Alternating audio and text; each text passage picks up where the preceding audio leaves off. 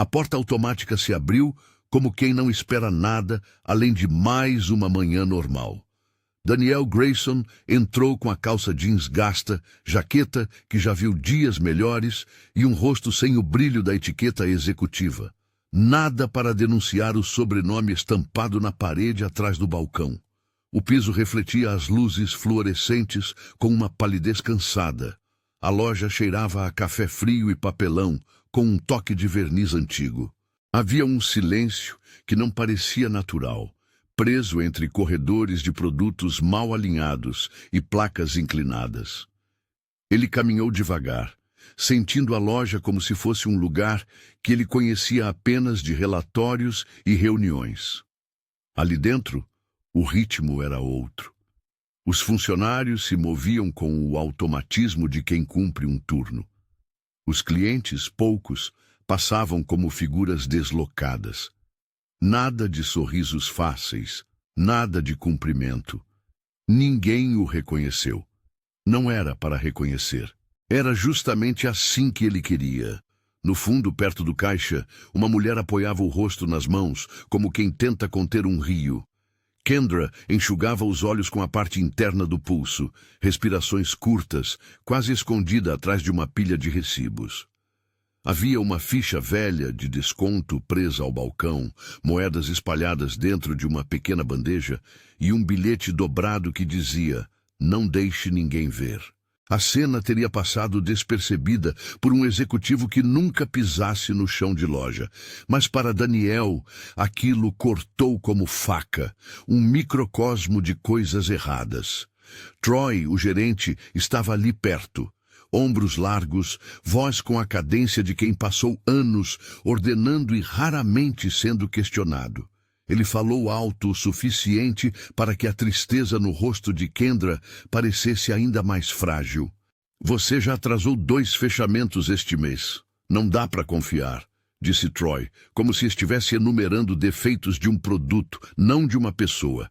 A mão dele pousou no tablet com a frieza de quem controla números. "A não ser que queira ficar sem horas. É melhor não inventar desculpa."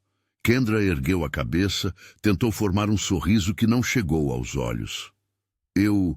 Meu carro quebrou, tive que esperar a peça. Meu filho..." A frase ficou no ar e foi cortada por um sinal de registro. Um cartão que passava, um bip seco que soou como sentença. O som da máquina, naquele instante, parecia o ruído de uma guilhotina diminuta. Daniel observou tudo em silêncio. Ele não esperava encontrar lágrimas. Esperava no máximo frieza, rotinas ineficientes, talvez uma ou outra queixa anônima. Mas há uma diferença entre números frios e faces reais. A carta anônima que ele lera na mesa de sua sala de reuniões falava em abuso de poder, em ajustes de escala, que eram, no dizer da autora, mais castigo do que gestão. Ele veio para ver se era verdade. Agora via. Os passos de Daniel ecoavam um pouco quando ele avançou entre as gôndolas. Havia pequenos sinais em toda a loja, uma placa caída que ninguém consertara, uma pilha de uniformes enrolados como se tivessem sido jogados, a lixeira do break room com embalagens vazias empilhadas.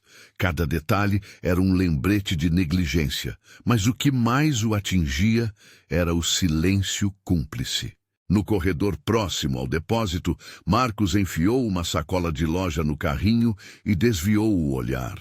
Linda passou com uma bandeja e evitou cruzar com Daniel. Jorge encostou-se ao balcão e quando Troy gritou algo sobre seguir o procedimento, Jorge apenas murmurou um "sim, chefe", que tinha o peso de uma resignação antiga. Cassie, na sessão de limpeza, escondeu as mãos sujas por trás do corpo como quem tenta proteger uma ferida. Pequenos sinais, acumulados, que desenhavam um padrão. Daniel deixou que as memórias viessem. Não eram memórias de um executivo distante. Eram promessas que ele havia feito anos antes, quando abriu as primeiras lojas. Ele se lembrava de sentar ao lado de um quadro branco, de traçar diretrizes sobre respeito, sobre cuidar das pessoas como cuidamos da marca. Ele lembrava da sensação vibrante de responsabilidade. nas últimas metas trimestrais. Aquele tom se perdera em planilhas e exigências de rentabilidade. Havia uma palavra que, na pressa, trocara a outra. Eficiência substituir a empatia. Ele quis ouvir mais. Precisava confirmar. A carta anônima não dava nomes concretos, apenas suficientes para inquietá-lo. O que se via ali, diante de si, era substância. Mas para transformar inquietação em responsabilidade, era preciso evidência. Daniel fez o caminho até o break room em passos curtos e calculados, fingindo que precisava de um café. O refeitório era um espaço estreito com uma mesa riscada e um quadro de avisos onde as folhas eram provisórias até a próxima troca.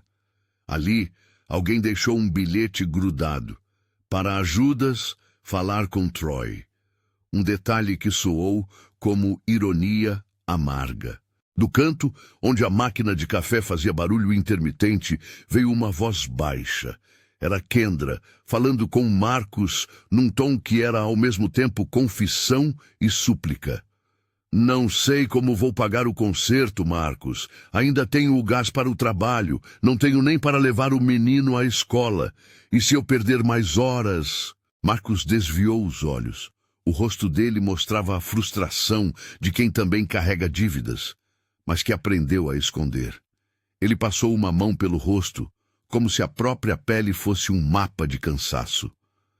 A gente se vira, disse Marcos, seco. Mas ninguém vai falar alto, tem medo de perder o turno. A troca foi breve, quase sussurrada, como se as palavras pudessem alarmar as paredes. Daniel ouviu a palavra-chave, medo.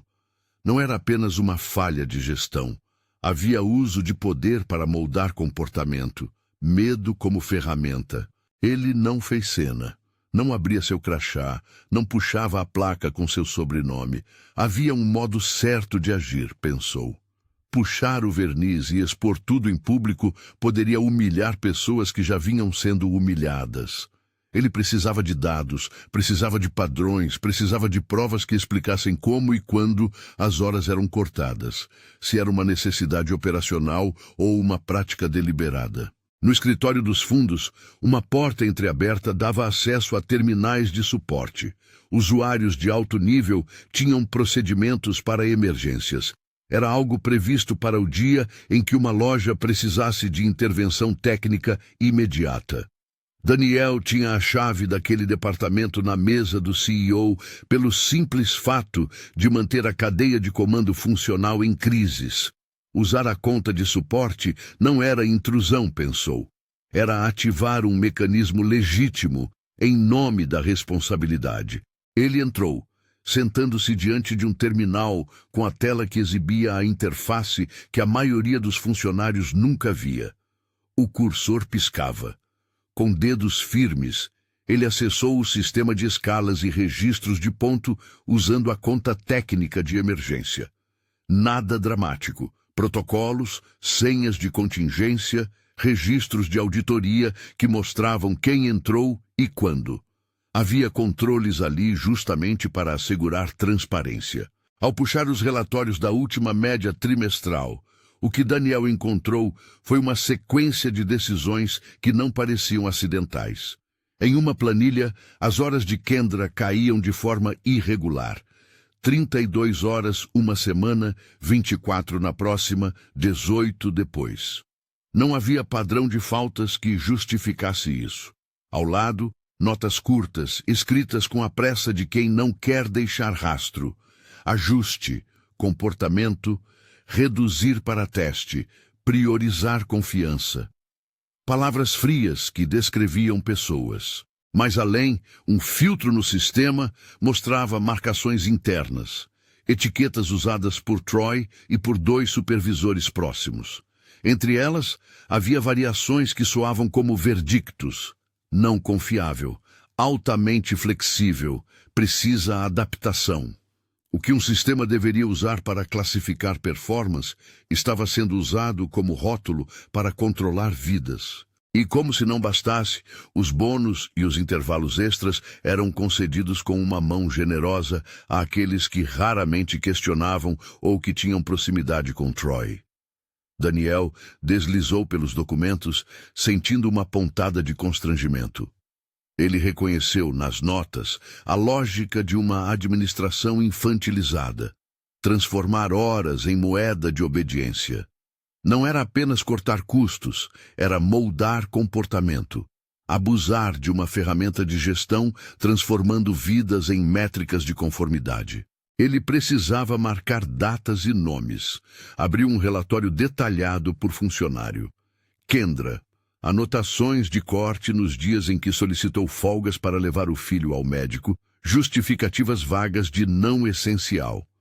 Uma outra funcionária, Linda, teve horas reduzidas depois de pedir para trocar de turno por causa de um curso noturno. Marcos recebia horas extras quando aceitava fazer over ou fechar caixas, mas as compensações não seguiam tabela alguma. Eram concedidas em função da disponibilidade para tarefas extras e da disposição em não questionar. No canto da tela, uma planilha consolidada mostrava o que parecia um padrão organizacional. Horas desviadas de funcionários com justificativas familiares e redirecionadas para perfis confiáveis.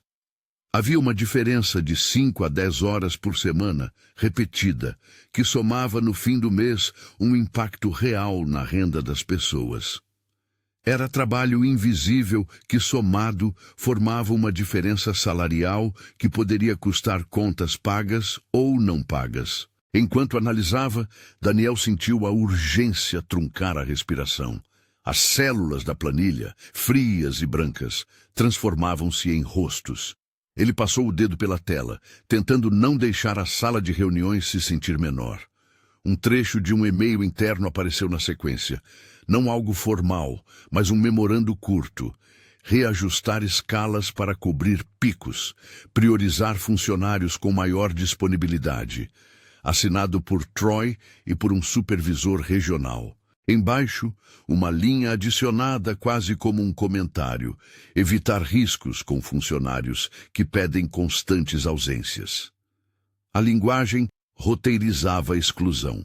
Em vez de planejar cobertura para faltar, criou-se um eixo de exclusão que penalizava justamente quem tinha mais necessidades. Era gerenciamento convertido em punição. Daniel recuou na cadeira e associou números a rostos. Ele não estava mais criticando um método gerencial. Estava diante de um dispositivo que usava o tempo como instrumento de controle. E o tempo de trabalho, mais do que qualquer outra coisa, era o que garantia a dignidade mínima para pagar contas, encher o tanque, comprar remédios, mandar um filho à escola. Ele respirou fundo e seguiu pelo caminho dos registros. Notas internas, calendário de trocas de turno, recibos que mostravam compensações em dias isolados. Em alguns casos, o sistema mostrava que alterações foram feitas às margens do horário padrão, sem justificativa operacional clara. Em outras, as intervenções vinham com instruções para aplicar teste de comprometimento, frase que soava como sinônimo de provação. Na tela, apareceu uma comunicação mais antiga, uma planilha com intenção de melhorar produtividade. No cabeçalho, palavras que, em outras mãos, seriam inócuas. Metas, indicadores, KPIs. No corpo do documento, porém, a matriz de prioridade já estava invertida. Metas de curto prazo para a loja, sim, mas com um método que privilegiava a estabilidade do gerente sobre o bem-estar do time. Era uma lógica perversa, proteger o desempenho aparente, sacrificando pequenos trabalhadores. Daniel sentiu uma mistura de raiva e tristeza, que não sabia bem onde encaixar. As políticas corporativas que ele havia aprovado no passado não previam que alguém usaria o sistema para controlar rostos e horas, para transformar necessidades humanas em indicadores a serem calibrados. Havia falha institucional. Não apenas no chão da loja, mas nos comitês que nunca inspecionavam a implementação de diretrizes. Ele registrou mentalmente os nomes, os horários, os recortes que precisava levar consigo, o padrão de redução de horas de Kendra, as notas rotulando funcionários como riscos, a frequência com que bônus eram concedidos a quem acatava a ordem sem reclamar. Tudo ali constava de forma que, se necessário, poderia ser mostrado com clareza. Mas antes de agir, ele precisava ouvir. Não bastava expor planilhas sem entender o contexto humano. Precisava de relatos que confirmassem o que os números sugeriam. Precisava também de tempo. A exposição imediata poderia ferir pessoas já machucadas. Havia uma linha tênue entre responsabilizar e humilhar. Ele queria percorrê-la com cuidado. Enquanto folheava arquivos, o barulho do corredor trouxe de volta a realidade do lugar. Um cliente se queixou ao microfone de que o sistema de pagamento estava lento. Troy bateu no balcão, ordenando que alguém resolvesse. A voz dele, novamente, tinha a dureza de quem domina. No chinelo de poder era fácil mandar. Difícil era reconhecer o que isso fazia às pessoas. Daniel fechou o laptop com a sensação de ter encontrado mais do que esperava. Havia provas de um padrão, havia rostos que precisavam ser ouvidos, havia uma política que havia sido distorcida pela prática do gerente. O pior que o bilhete anônimo prometera estava ali. Não um erro isolado, mas um mecanismo que havia normalizado punição velada. Ele saiu do escritório devagar, decidido a não fazer alarde. Precisava preparar um movimento que fosse mais reparador do que espetacular. Não queria uma cena que aliviasse sua própria consciência às custas do time. Queria consertar o que poderia ser consertado com cuidado, sem postergar a urgência. No refeitório, Kendra estava encostada na parede, os dedos entrelaçados, o olhar perdido. Quando percebeu Daniel, houve um breve momento de confusão, como se ela não tivesse certeza se aquele homem era cliente, inspetor, ou apenas mais um estranho. Daniel sentiu o peso de manter a identidade em segredo por mais um instante. Observou o detalhe que, mais do que qualquer planilha, lembrava o que estava em jogo. No bolso dela, um bilhete com horários escritos à mão, rabiscados para lembrar o número de horas que precisava para fechar o mês. "Ei!" disse ele, com voz macia, como quem tenta não escancarar um abismo. "Você está bem?" Kendra ergueu a cabeça. A expressão dela variou entre surpresa e medo. Talvez porque, no seu trabalho diário, gente boa costumava se aproximar com soluções vazias. Ele não poderia prometer nada, não naquele instante. Mesmo assim, precisava que ela falasse. Precisava que ouvissem. Ela contou em voz baixa sobre as semanas em que faltou por motivos justos e, ao retornar, viu o horário reduzido. Sobre a conta de luz ameaçando cortar, sobre a escolha entre pagar a escola do filho ou o conserto do carro. Quando tocou no tema do medo de perder dias por pedir folga, a voz dela tremia. "Eu tentei falar com Troy", disse Kendra. "Achei que, se eu explicasse, ele entenderia, mas ele disse que era questão de compromisso, que se eu não pudesse cumprir, teria que me ajustar. Eu tentei ser forte, sabe? Mas tem dia que a gente não aguenta." Havia dignidade nas palavras dela, apesar do cansaço. Havia uma força que não era feita de bravura teatral, mas de perseverança. Daniel sentiu algo se abrir dentro dele. Uma decisão que não aceitaria consentir com aquilo. Ele agradeceu por ela ter confiado e tomou nota do que precisava checar mais a fundo. Não era hora de revelações. Era hora de planejamento. Ouvir, documentar, agir com equidade. Ainda assim, uma sensação crescente o empurrava para a necessidade de revelar pelo menos parte do que descobrira. Havia um princípio que guiava sua mão.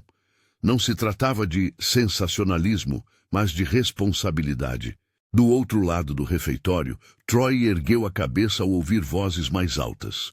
Seus olhos pousaram em Daniel, como quem avalia um novo elemento no tabuleiro. Havia um aviso ali, sutil.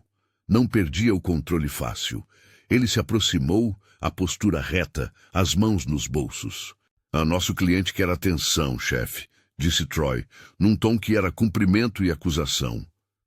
Não conhecia Daniel. Não sabia que, na verdade, aquele homem carregava a chave do comando. E, no entanto, o olhar de Troy era o de sempre, inspecionador, pronto para justificar o que estava fazendo. Daniel sentiu o confronto se desenhar, mas antes de ceder ao impulso de interromper, ele optou por observar mais um pouco. Havia estratégias a serem traçadas. Uma exposição direta poderia provocar resistência e depor a pressão em cima de gente inocente. Ele precisava de aliados. Precisava, sobretudo, de ouvir mais relatos para formar um caminho de reparação que incluísse cuidado com quem sofrera. Ainda assim, a urgência pulsava. Ele sabia que, para preservar a dignidade de Kendra e de outros, teria que acelerar medidas. As planilhas mostravam tendência clara. As falas confirmavam o impacto real. Cada hora a menos, cada etiqueta de não confiável, era uma ferida administrativa transformando pessoas em números. Ao deixar o refeitório, Daniel olhou para o relógio preso à parede da loja. Um relógio sem ponteiro, que parecia tão negligenciado quanto as prateleiras. Hora de agir, pensou. Mas o modo certo não seria um ato de poder performativo. Seria uma série de decisões, medidas graduais que reconstruíssem confiança. Ele voltou ao terminal. Precisava de mais uma coisa: registros de comunicação de Troy com a regional, quaisquer mensagens que pudessem mostrar instrução ou conivência. Não buscava punir, buscava compreender até onde a prática era local e até onde havia permissividade em níveis superiores. Os relatórios mostravam uma ambiguidade preocupante. Alguns ajustes vinham assinados por Troy, outros por assistentes, e uma folha antiga sugeria que práticas informais eram comentadas em reuniões de supervisão. Não havia uma assinatura explícita de má-fé, só a mesma sequência de decisões indevidas. Enquanto reunia aquilo que precisava, seu peito apertava-se com uma mistura de raiva e responsabilidade. A realidade era simples e cruel. Vida das pessoas sendo comprimida por decisões administrativas. Para consertar, precisaria agir com firmeza. Mas firmeza sem empatia teria o risco de repetir a violência, só que agora em nome da correção. Ele precisava proteger os vulneráveis, e por isso iria começar por quem estava ali, com o rosto manchado de lágrimas. No corredor, Kendra continuava a limpar o balcão com movimentos automáticos. Pequenas manchas de café no pano tornavam os gestos repetitivos. A cena, mais do que qualquer arquivo, lhe gravava na mente a dimensão humana do que as planilhas mostravam. Ele virou-se para a porta do escritório dos fundos, já com o plano na cabeça. Ouvir mais depoimentos, organizar provas administrativas, montar uma intervenção que reinstaurasse a confiança e devolvesse horas onde o corte fora injustificável. Pensou também em como comunicar isso sem expor os funcionários. Uma reunião aberta que priorizasse escuta e não humilhação. Antes de sair, olhou uma última vez para a loja. Os corredores, os clientes, os funcionários... Tudo parecia segurar a respiração. Ele sabia que quando revelasse parte do que encontrara, o clima mudaria. Mas sabia também que a inércia era cúmplice. A mão de Daniel pousou sobre a maçaneta do escritório. Do lado de fora, Troy conversava em tom baixo com um supervisor, fazendo gestos como se explicasse problemas operacionais. A conversa interrompeu quando Troy percebeu Daniel novamente. Os olhos dele estreitaram, avaliando, não reconhecendo. Daniel sentiu a necessidade de controlar a cena. Ainda precisava de um passo final, verificar um último registro, aquele que poderia ligar a prática de rebaixar horas a um padrão sistemático de prêmios para os confiáveis. Se encontrasse aquilo, não poderia mais adiar a necessidade de uma intervenção direta. Ele respirou. Digitou a última sequência de comandos. A tela respondeu com uma série de campos preenchidos. alterações de horário, justificativas abreviadas, e no fim, um campo que registrava quem solicitara a alteração. Os nomes se repetiam como se fossem carimbos de um selo. Troy, supervisor regional, assistente. Em alguns dias, havia aprovações cruzadas que indicavam conhecimento coletivo. A linha que ligava a prática à sua perpetuação apareceu nítida. Não era apenas uma ação isolada. Era uma cultura. E culturas mudam com tempo, com disciplina e com liderança que se dispõe a assumir a falha. Ao desligar o terminal, Daniel sentiu o peso da decisão. Ainda guardaria a identidade por algum tempo, pensou. Precisava planejar, precisava ouvir, precisava montar uma estratégia de reparação que preservasse gente. Mas a hora de agir era agora. Ele saiu do escritório e, no corredor, parou por um instante observando o rosto de Troy. Havia ali uma escolha evidente. Confrontar imediatamente em público, arrancar as chaves e fazer um gesto cirúrgico, ou trabalhar por dentro, desenrolando a teia com cuidado, punindo práticas e não pessoas, restabelecendo regras e dando voz a quem sempre fora silenciado. Daniel fechou os olhos por um segundo e deixou que a imagem de Kendra enchendo o tanque, de noites menos apertadas, viesse à mente. A vontade de resolver rápido, de acrescentar justiça imediata, bateu como impulso. Mas ele sabia que justiça verdadeira também exige prudência. Era preciso recuperar a confiança ferida sem ferir de novo. Quando abriu os olhos, Troy ergueu-se e caminhou na direção do refeitório. O tom dele era o de quem vinha checar a ordem do dia. Daniel colocou a mão na maçaneta do escritório e, por um fio, sentiu a tênue linha entre descoberta e exposição. Respirou fundo, mediu as consequências e saiu.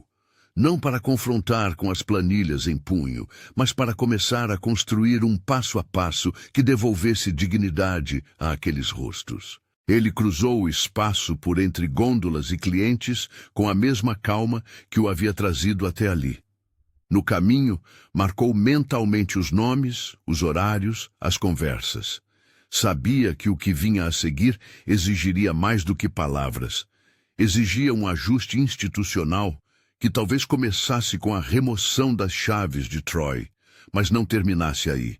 Exigia ouvir, reparar e criar mecanismos que impedissem que o tempo de alguém fosse usado como instrumento de castigo. Ao se aproximar do refeitório, o ruído da máquina de cartão fez-se presente novamente. Bip, bip. E a cena com Troy ao lado de Kendra ficou suspensa no ar, como uma promessa de confrontação. Daniel sentiu a determinação crescer. A revelação era inevitável, mas antes de falar, ele precisava planejar a maneira de transformar o choque em reconstrução. E por isso, fez uma pausa breve, contando mentalmente os passos que derrubariam não apenas um ato, mas a prática inteira que o sustentava. Fica até o final para ver como o CEO reage. Ele respirou fundo, colocou a mão na maçaneta e saiu do escritório com a mesma calma que o tivera ao entrar. Daniel encaminhou-se ao refeitório, sabendo que uma decisão precisava ser tomada.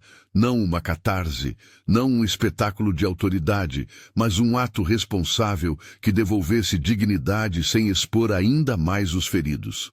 Na boca do refeitório, Troy conversava com 2 supervisores sobre inventário. A fala dele era cortante, a postura inabalável. Ao vê-lo, Daniel sentiu o gatilho da impaciência. Por um segundo imaginou arrancar as chaves do cinto e, com isso, acabar com tudo ali. Optou por outro caminho. A equipe reunia-se por hábito, um grupo de pessoas que se suportava no silêncio. Marcos limpava a bandeja com movimentos mecânicos. Linda lia um folheto de curso com olhos cansados. Jorge mastigava uma barra de cereal. Kendra estava recostada, as mãos ainda ligeiramente trêmulas. Quando Daniel entrou, o burburinho diminuiu, não porque ela tivesse anunciado algo, mas porque havia ali uma tensão reconhecível, a presença de alguém que não pertencia ao chão da loja. Bom dia, disse ele, sem usar a crachá ou nome corporativo. A voz era a de quem não procurava destaque, apenas presença.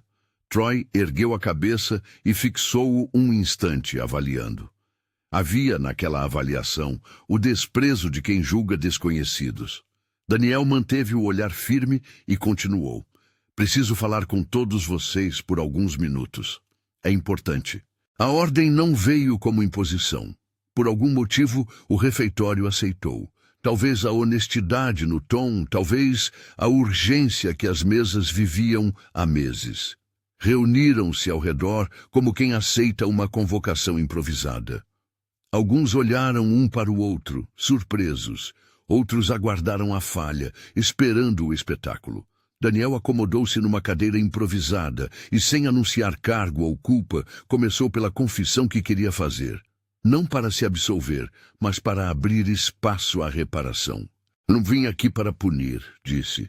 Vim porque recebi uma carta dizendo que algo estava errado nesta loja. Vim para ver com os meus olhos, e o que vi me preocupa. Houve um silêncio tenso, como se a própria loja prendesse a respiração. Ele não usou termos corporativos vazios. Contou em poucas frases o que houvera visto. A rotina congelada, as etiquetas de não confiável, as horas que variavam sem critério. Não citou nomes ainda. Falou de padrões, de como números se tornam rostos quando se olha com atenção. Então, com cuidado, explicou que examinara os registros com a conta técnica de suporte, uma medida extrema, mas prevista nos protocolos para casos de intervenção urgente. Franziu o senho sobre a ética do gesto, dizendo que o fizera porque precisou transformar inquietação em responsabilidade. Não era uma admissão de intromissão indevida, era uma narrativa de dever. Alguns olhos se arregalaram. Outros mantiveram desconfiança. Troy ergueu a voz, a primeira tentativa de fechar o circuito com uma acusação velada. Quem é você para... Começou. Daniel interrompeu antes que ele completasse. Não para acalmar Troy, mas para mudar a cena. Sou alguém responsável por esta rede de lojas e estou aqui para resolver. Não para humilhar ninguém, para consertar o que está errado. Houve murmúrios. Kendra olhou para o chão. Marcos cruzou os braços. Troy sentiu-se chamado. Ele tentou reagir com a mesma autoridade que exercera por meses, falando de metas, de necessidade operacional, de disciplina e de compromisso com a loja. Argumentos que soavam plausíveis para quem usava a disciplina como justificativa.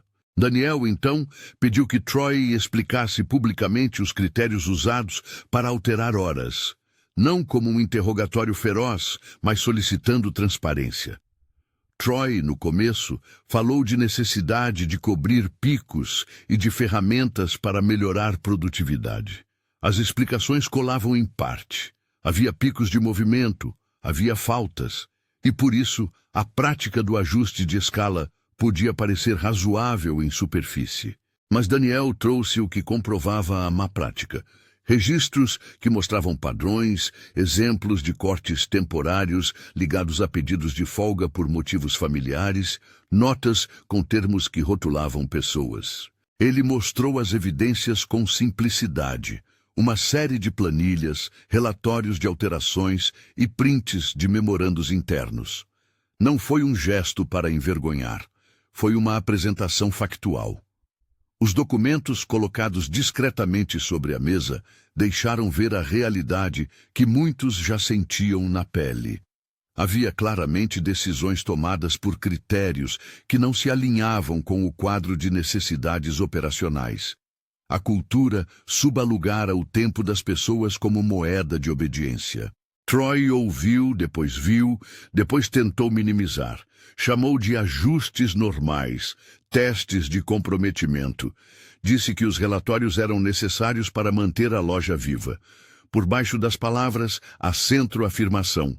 Ele havia usado o poder para proteger seu próprio ambiente de trabalho, mesmo que isso implicasse sacrificar os instáveis.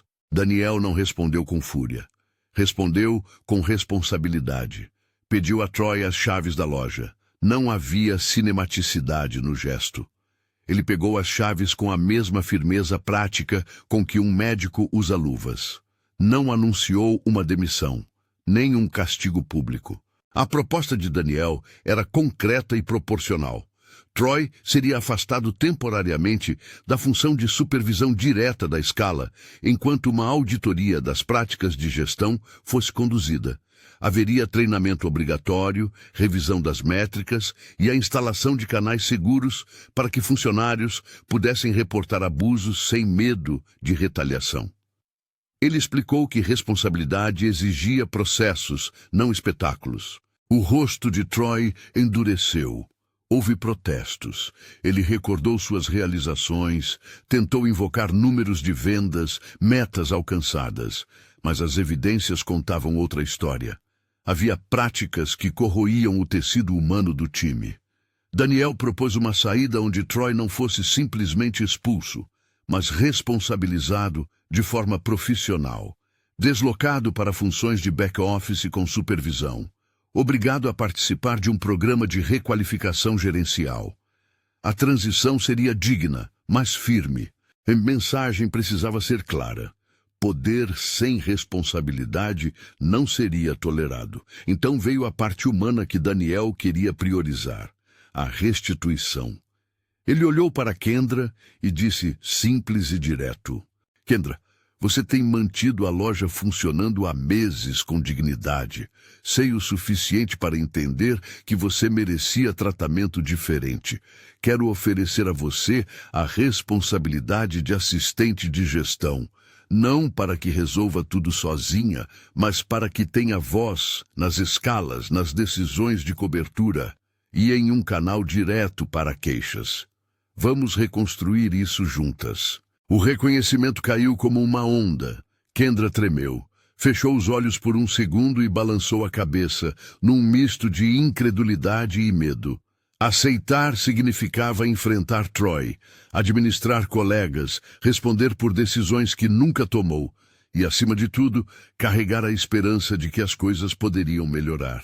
Ela pensou no filho, nas noites preocupadas, no conserto do carro, nas contas. Pensou também nas palavras que tantas vezes formara em si mesma como promessa. Se não eu, quem? Eu aceito, murmurou. A voz era pequena, mas havia firmeza. Os colegas reagiram com um misto de surpresa e alívio. Marcos bateu a mão na mesa. Jorge soltou um respiro que se transformou num sorriso tímido. Linda ergueu o olhar com algo parecido à esperança.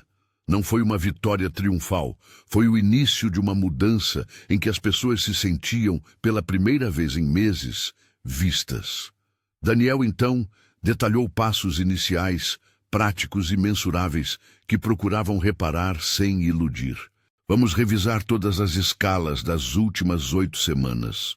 Onde houver cortes injustificados, faremos a correção na folha de pagamento do mês seguinte. Vamos criar um canal anônimo para que qualquer funcionário relate problemas sem medo de retaliação. Vamos limitar jornadas consecutivas e estabelecer critérios claros para folgas por motivo médico e familiar.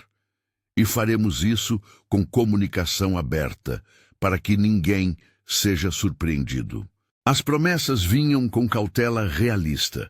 Haveria limites orçamentários, semanas de transição, a necessidade de contratações pontuais. Daniel deixou claro: a empresa não faria milagres financeiros instantâneos, mas priorizaria correções que impactassem diretamente o sustento das pessoas. A honestidade trouxe calma. Ninguém queria promessas vazias. A primeira tarefa que Kendra recebeu foi técnica. Acesso autorizado a um painel que permitiria ajustar escalas e ver o histórico de horas. Era uma transferência de poder concreta, amparada por um pequeno comitê de acompanhamento integrado por Linda e Marcos. Daniel insistiu para que as decisões fossem registradas e justificadas, criando transparência. E pediu que qualquer ajuste fosse precedido por uma breve justificativa operacional. Não para controlar, mas para que as decisões não pudessem mais se esconder atrás de termos vazios. Nos dias que se seguiram, a loja viveu o momento mais delicado, o processo de reescalar. Havia dívidas de confiança a serem pagas. Alguns funcionários se sentiram aliviados. Outros desconfiaram de retaliações futuras. A logística exigiu escolhas difíceis. Onde antes Troy decidia por intuição, agora seria necessário um critério compartilhado. Kendra percebeu o peso das decisões. Na primeira lista que ela reorganizou, preferiu priorizar quem tinha dependentes e necessidades comprovadas. Mães, pais solteiros, quem tinha consultas médicas. Reconheceu também que isso geraria tensão entre colegas que, por anos, aceitaram um padrão distinto. Por isso, abriu o processo, convidou a equipe para uma reunião em que explicou os critérios, ouviu reclamações e fez ajustes. A escuta transformou-se em ferramenta de cura. Mais do que regras, as pessoas precisavam ser ouvidas. Aos poucos, pequenas vitórias surgiram. Marcos teve horas estáveis pela primeira vez em meses. Linda conseguiu reorganizar sua grade de estudos com o horário garantido.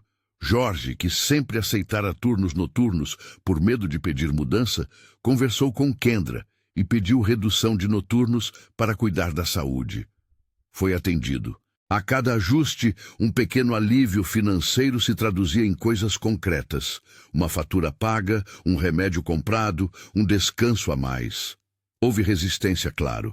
Algumas semanas foram de aperto, faltas inesperadas, ajustes de última hora, custo de contratações temporárias. O departamento financeiro precisou readequar verbas, cortar gastos em frentes menos estratégicas para priorizar folhas e contratar auxílio. Daniel não escondeu as limitações. Explicou à equipe que restituir dignidade exigia sacrifícios e planejamento. Pediu paciência e envolvimento. Enquanto isso, a reestruturação de Troy caminhava de forma distinta, não expulso, mas responsabilizado. Ele foi retirado do papel de manipulador de escalas e alocado, temporariamente, ao escritório regional para revisão de processos. Houve treinos obrigatórios sobre liderança, empatia e gestão de pessoas. A ideia era dupla: proteger a equipe e, se possível, transformar um gestor por meio da exigência ética. Troy reagiu como previsível. Sentiu-se injustiçado, resmungou e resistiu. Mas havia ali também a possibilidade de aprendizado. A empresa investiu em mediação profissional para que o processo não fosse apenas punitivo. No chão da loja, as mudanças cotidianas eram mais sensoriais do que estatísticas. As vozes tornaram-se menos contenidas. Um cumprimento começou a retornar às prateleiras. A máquina de café não mais acompanhava apenas o barulho do cansaço, mas servia, vez ou outra, de ponto de encontro para trocas rápidas. Como foi seu final de semana? Conseguiu levar o menino ao médico? Pequenas perguntas que antes pareciam riscos. Houve também um episódio que revelou a alteração de clima. Um cliente idoso que se confundiu com a promoção pediu ajuda para encontrar um produto. Em semanas anteriores, o atendimento teria sido cortês, mas apressado. Naquele dia, Marcos não apenas ajudou, mas conversou, acompanhou o homem até o caixa e garantiu que ele tivesse desconto. O idoso sorriu, agradeceu e saiu com a sacola. Um gesto humilde, mas significativo. O serviço voltara a ser humano. Kendra, no entanto, pagava um preço emocional. Tornar-se voz das decisões a colocou sob os olhares dos colegas. Ela dormia com um senso de responsabilidade maior do que antes. Havia noites em que contava as horas do mês no papel, calculando onde poderia fazer ajustes sem ferir outros. Aprender a negociar custos e a justificar escolhas à gerência regional tornou-se tarefa nova. Nem sempre acertou. Houve erros administrativos, trocas mal coordenadas, semanas de sobrecarga em que alguns colaboradores enfrentaram jornadas longas.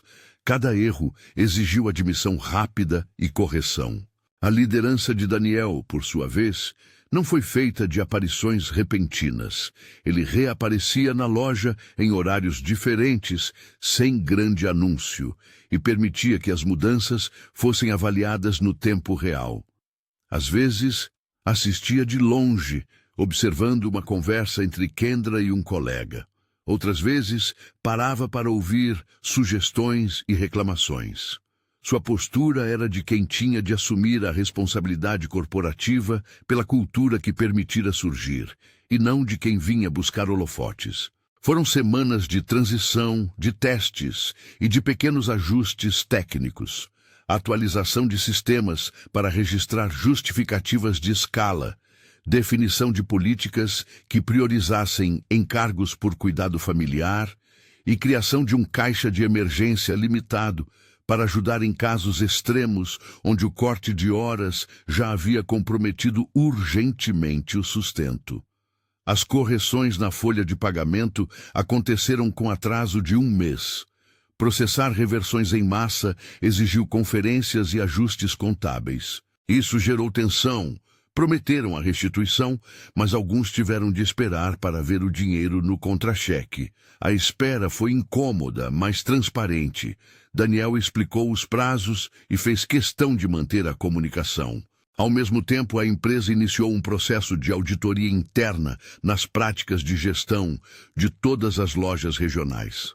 Não se tratava de caça a bodes expiatórios, mas de aprender com o local onde a cultura havia sido pervertida. Havia a intenção de estabelecer diretrizes claras, critérios aprovados para cortes, prazos de notificação, canais de apelação e, sobretudo, supervisão externa que impedisse a centralização de poder numa única figura local. Entre as medidas, incluiu-se um comitê rotativo que acompanharia escalas mensais e veria se havia padrões discriminatórios.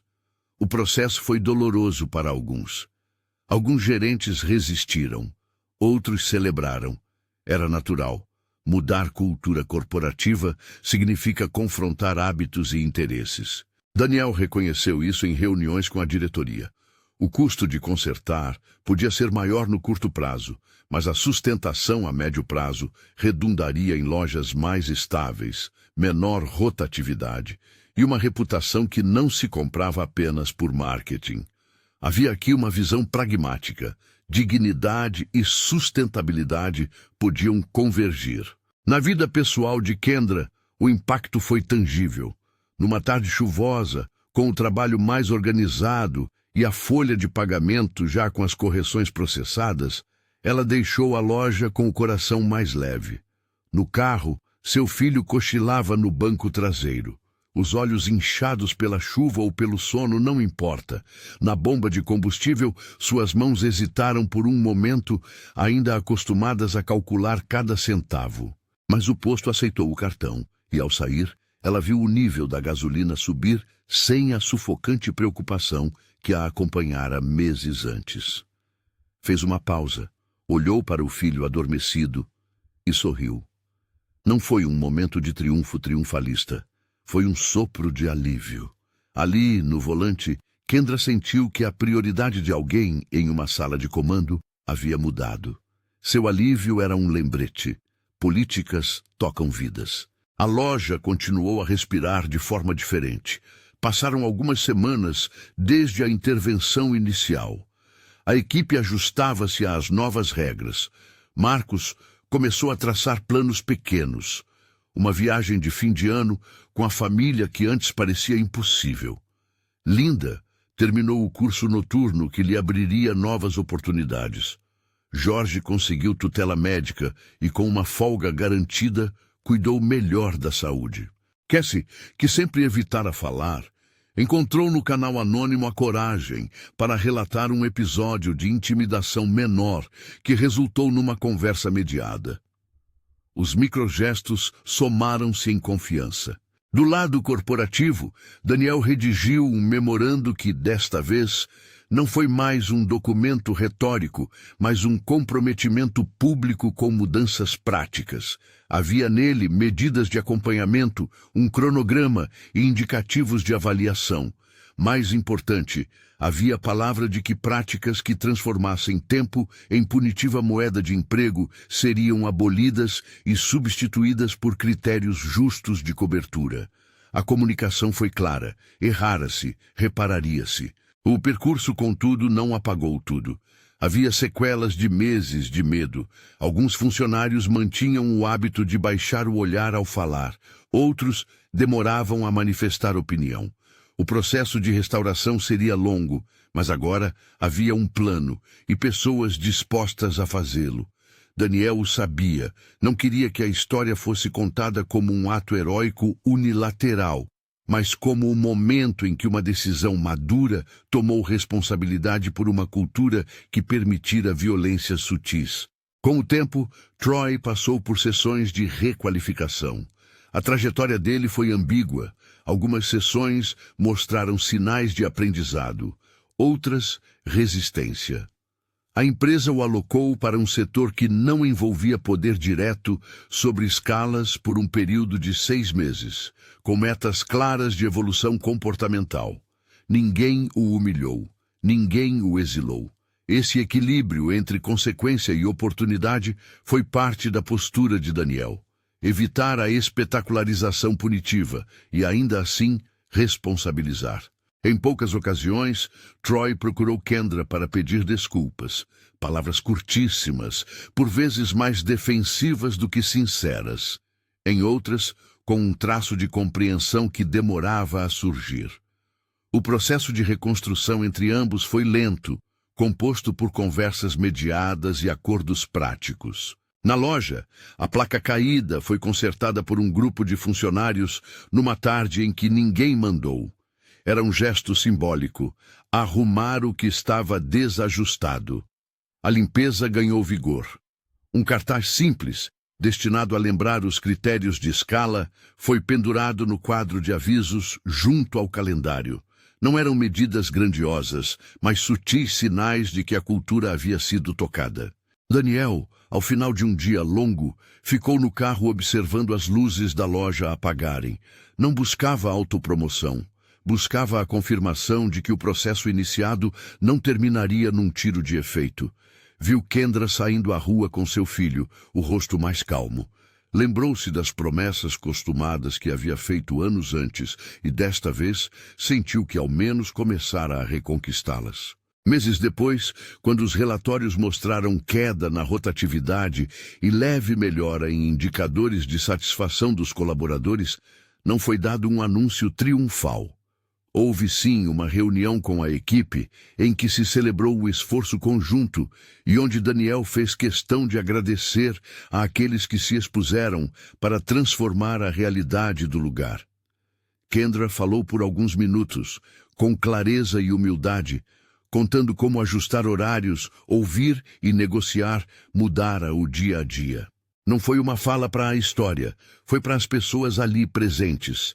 No epílogo cotidiano da loja, o que mais importou não foram as planilhas corrigidas, mas os detalhes humanos que aconteceram depois.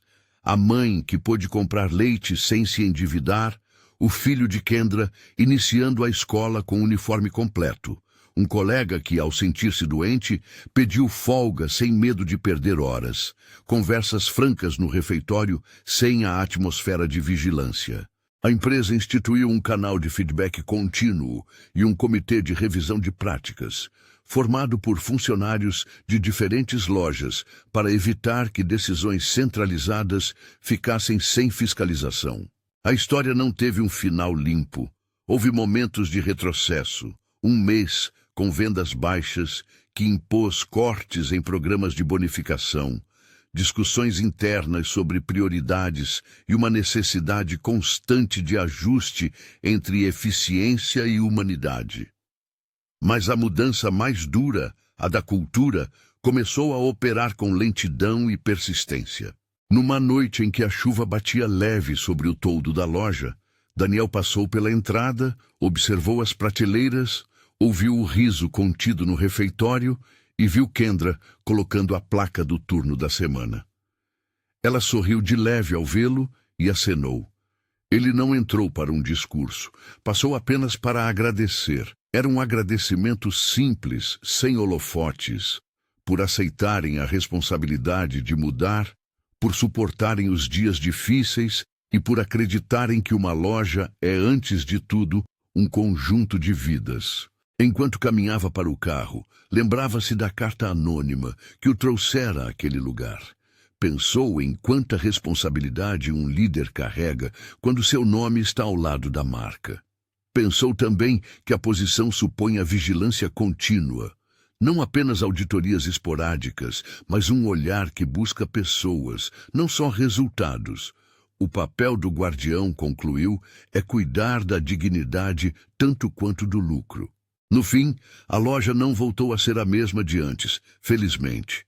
Tornou-se aos poucos um lugar mais humano, onde o tempo de trabalho deixou de ser moeda de punição e voltou a ser o instrumento de sustento que deve ser. Kendra seguiu crescendo em sua função, aprendendo práticas de gestão, conciliando as necessidades pessoais com o papel formal. Nem tudo foi perfeito, mas a trajetória mostrava um avanço real. Se essa história tocou você, deixe um ponto nos comentários. Queremos ouvir experiências e reflexões sobre liderança e dignidade no trabalho.